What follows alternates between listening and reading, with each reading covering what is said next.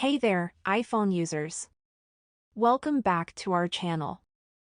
Today, I'll show you how to turn on or off camera location tags on your iPhone. Whether you want to share your location or keep it private, this tutorial has you covered. It's a quick one, so let's dive in.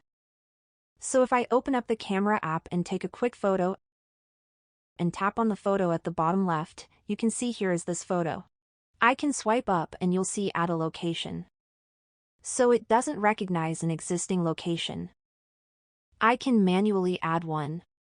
But what if I wanted to automatically tag whatever the location is? Let's open up Settings. In the Settings app, scroll down a bit and look for the Privacy and Security option. Inside Privacy and Security, you'll find Location Services.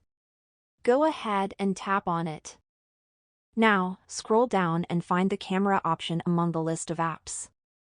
This is where you control location tagging for your photos. Here, you can choose to allow location to be tagged where photos and videos are taken. Let's choose a while using the app. And make sure to enable precise location. Now let's take a new photo. Go to the camera, take a photo, and now if I swipe up, you can see location of the photo. And that's it!